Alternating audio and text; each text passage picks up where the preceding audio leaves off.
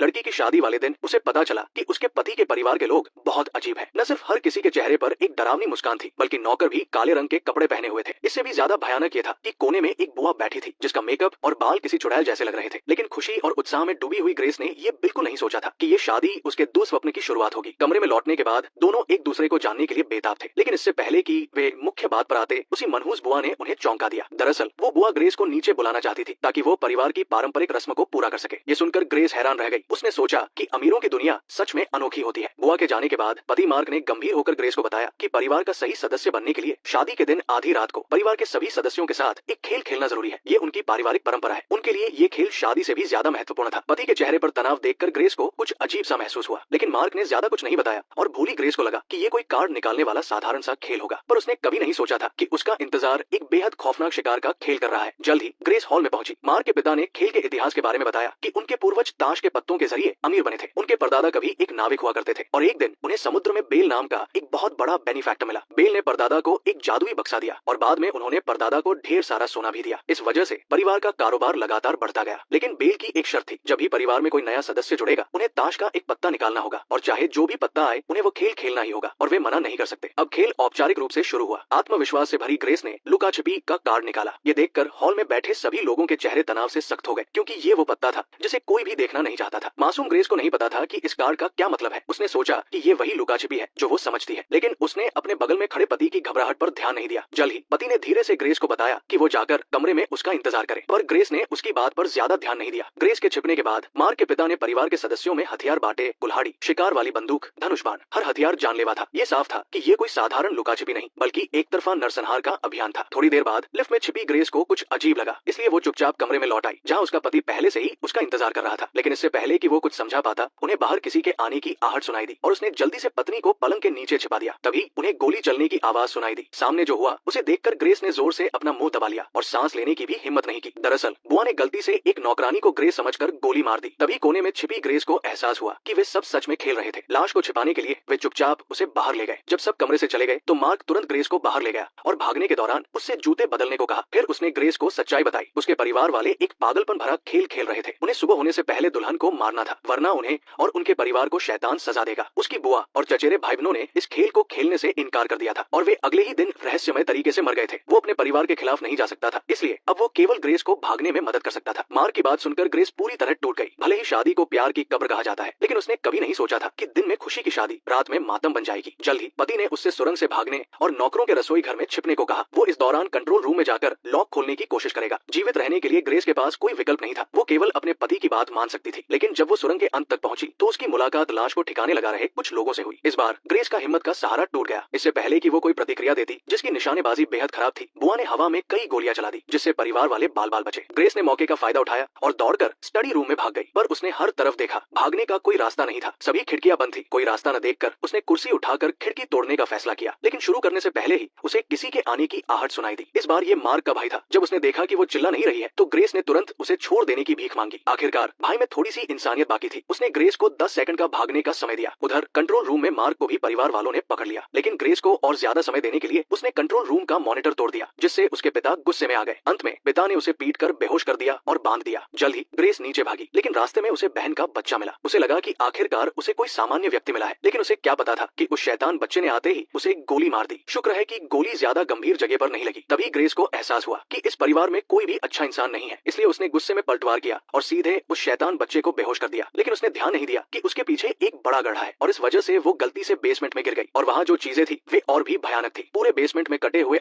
और लाशों के टिप्पे पड़े थे, क्योंकि यही वो जगह थी जहाँ वे लाशों को ठिकाने लगाते थे। शुक्र है कि वहाँ एक सीढ़ी भी थी, इसलिए वो दर्द सहते हुए ऊपर चढ़ने लगी, पर वो सीढ़ी ज्यादा देर तक टिकी नहीं। उसके ऊपर चढ़ने से पहले ही सीढ़ी टूट गई। जब वो सफलतापूर्वक ऊपर चढ़ी तो वो पूरी तरह से जख्मी हो चुकी थी। उसे अपने खून से सने शादी के गाउन को फाड़कर अपने जख्मों पर बांधना पड़ा। साधारण इलाज के बाद वो दरवाजे की ओर भागी। जल्द ही वो विला से बाहर भागने में सफल रही, लेकिन चारों ओर जंगले थे जिनसे वो बाहर नहीं कूद सकती थी। तभी उसने देखा कि ऊपर एक छेद है, इसलिए उसने पूरी ताकत से जंगले को मोड़ दिया और फिर अपनी पीठ पर लगे घाव के दर्द को सहते हुए सड़क पर भागी और गुजर रहे वाहनों को मदद के लिए इशारा किया, पर ड्राइवरों ने मदद करने का कोई इरादा नहीं दिखाया, जिससे वो गुस्से में भड़क गई। दूसरी तरफ परिवार वाले ये तय करने के लिए एक साथ जमा हुए कि ग्रेस को कैसे पकड़ा जाए, क्योंकि मॉनिटर न होने के कारण वे उसका पता नहीं लगा पा रहे थे। तभी भाई ने धैर्य खोते हुए कहा कि क्यों न इस घटिया खेल को खत्म कर दिया जाए, लेकिन पिता ने इसका कड़ा विरोध किया। उन्होंने कहा कि अगर सुबह होने से पहले दुल्हन नहीं मरी तो उनका पूरा परिवार भी मर जाएगा, क्योंकि यही शैतान के साथ उनकी शर्त थी। अगर वे नियमों का पालन नहीं करते हैं तो पूरा परिवार मर जाएगा। जब वे घबराए हुए थे तभी उन्हें बटलर से एक मैसेज मिला। पता चला कि उसने ग्रेस को रास्ते में पकड़ लिया था, लेकिन वो आदमी इतना ज्यादा उत्साहित था कि वो रास्ते में संगीत सुनने लगा और वॉल्यूम को पूरा तेज कर दिया। उसे जरा भी एहसास नहीं हुआ कि वो बड़ी मुसीबत में पड़ने वाला है, क्योंकि बंधी हुई ग्रेस होश में आ चुकी थी। बटलर को ठिकाने लगाने के बाद ग्रेस मुश्किल से कार से बाहर निकली, लेकिन वो अभी ज्यादा दूर नहीं भागी थी कि उसकी मुलाकात फिर से भाई से हुई। भाई खेल में हिस्सा नहीं लेना चाहता था, इसलिए वो यहाँ छिपा हुआ था। ये जानते हुए कि भाई की सोच दूसरों से अलग है, ग्रेस ने एक बार फिर उससे रहम की भीख मांगी। उसने उम्मीद की कि भाई उस बेकार के खेल पर भरोसा न करे, लेकिन इस बार उसने ग्रेस को नहीं छोड़ा। उसने ग्रेस को वापस ले जाने का फैसला किया। जल्द ही बलिदान की रस्म औपचारिक रूप से शुरू हुई। वे काले चोगे पहने हुए थे और मेज के सामने मंत्र पढ़ रहे थे। ग्रेस ने छूटने की बहुत कोशिश की, लेकिन उसके हाथ पैर बंधे थे, इसलिए वो भाग नहीं पाई। फिर सभी ने बारी बारी से तथाकथित पवित्र जल पिया, लेकिन जब वे हमला करने वाले थे अचानक सभी के मुंह से काला पानी निकलने लगा। दरअसल भाई ने पवित्र जल में दवा मिला दी थी। हालांकि ये जानलेवा नहीं थी, फिर भी इससे कुछ देर की देरी हो सकती थी, इसलिए वो ग्रेस को लेकर बाहर की ओर भागा, क्योंकि वो उन लोगों से तंग आ चुका था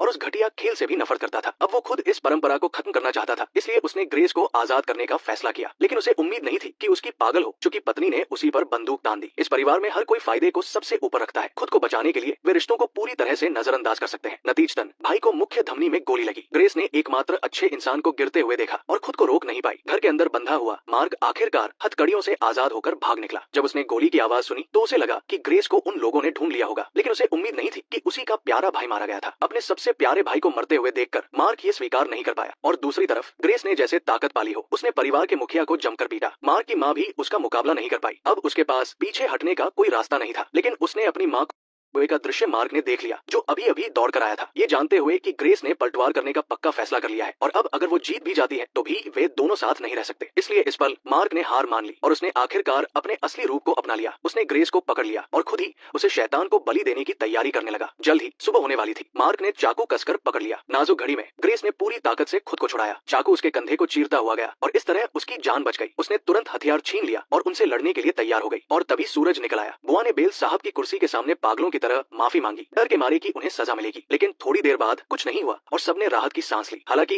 हठी बुआ अब भी ग्रेस को छोड़ने को तैयार नहीं थी, लेकिन इससे पहले कि वो नजदीक आती वो खुद ही जलकर मर गई। ऐसा लगता है कि वे शैतान की सजा से नहीं बच पाए। कुछ ही देर में पूरे परिवार का अंत हो गया और केवल ग्रेस ही हैरान खड़ी रह गई। पूरी रात के नरसंहार के बाद अब दुनिया में शांति छा गई थी। ग्रेस धीरे धीरे विला से बाहर निकली। किसी को नहीं पता था कि इस खूबसूरत दुल्हन ने पिछली रात क्या सहा था।